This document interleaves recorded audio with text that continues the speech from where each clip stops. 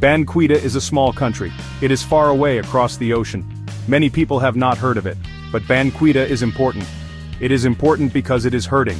War has come to this place. Like a sickness, it spreads through the villages and towns. There is no peace in Bandquida, only fear and fighting. The people of Bandquida are tired. They have seen too much death. They have lost their homes and families. They are caught in a war they did not ask for. We must listen to their stories. We must understand their pain. Only then can we start to help. Bandquida's war did not start suddenly. Its roots are deep, like those of an old tree.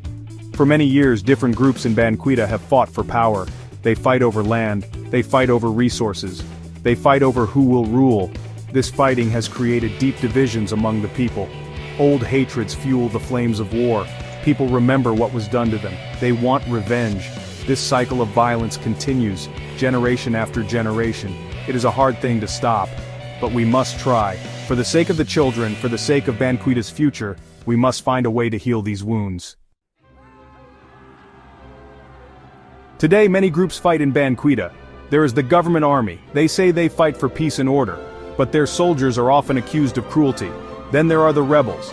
They fight against the government. They say they fight for freedom, but they too commit terrible acts.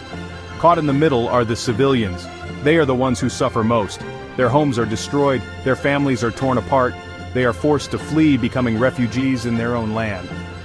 The war in Bandquida is a messy, complicated thing. It is hard to know who is right and who is wrong. But one thing is clear: the fighting must stop. The children of Bandquida are the most vulnerable. They are too young to understand the reasons for the fighting. All they know is fear and loss. Many have seen things no child should ever see. They have witnessed killings. They have lost parents and siblings. They have been forced to become soldiers themselves. War steals their childhood. It robs them of their education. It fills them with anger and hatred. These children are the future of Bandquida. But how can they rebuild their country when they have known nothing but war? We must protect them. We must give them hope. Section 5. Women's War, a different battle. Women in Bandquida face unique challenges. They are often the victims of violence. They are raped, they are abused, they are forced into sexual slavery. Even when they are not directly targeted, they suffer greatly. They lose their husbands, fathers, and sons to the fighting. They become the sole providers for their families. They must find food and shelter in a war-torn country.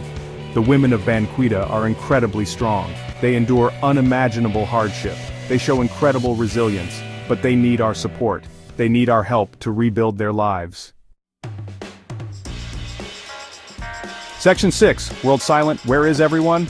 The world has largely ignored the suffering in Bandquida. There is little media coverage of the conflict. International organizations are stretched thin. Few resources are available to help the victims. This lack of attention is unacceptable. We cannot turn our backs on the people of Bandquida. We cannot pretend we do not see their pain. We must demand our leaders take action. We must hold them accountable for their inaction. The world must wake up to the crisis in Bandquida. Silence is complicity. Section 7. Peace dreams can it be? Peace in Bandquida seems like a distant dream. The fighting has been going on for so long. The divisions run so deep. But we must not give up hope. There are people working tirelessly for peace. Religious leaders, women's groups, and youth activists are all trying to build bridges. They are organizing dialogues. They are promoting reconciliation. They are offering alternatives to violence. Their work is dangerous. It is often thankless.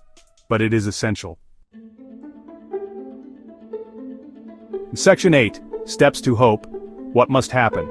Achieving peace in Bandquida will require a multifaceted approach. First and foremost, a ceasefire is needed. The fighting must stop to allow for dialogue and negotiation. Then, a process of disarmament, demobilization, and reintegration of combatants must begin. This will be a long and complex process. It will require patience and understanding from all sides. International support will be crucial. Financial aid, peacekeeping forces, and humanitarian assistance will all be needed. But the most important ingredient for peace must come from within Bandquida itself.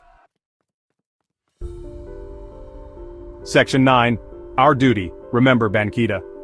Bandquida is a country at war, but it is more than that. It is a place of immense suffering and resilience. It is a place where hope still flickers, even in the darkest of times. We must not forget Bandquida. We must learn from its tragedy. We must amplify the voices of its people. We must demand action from our leaders, and we must never stop believing in the possibility of peace. For the sake of Bandquida, for the sake of humanity, we must act.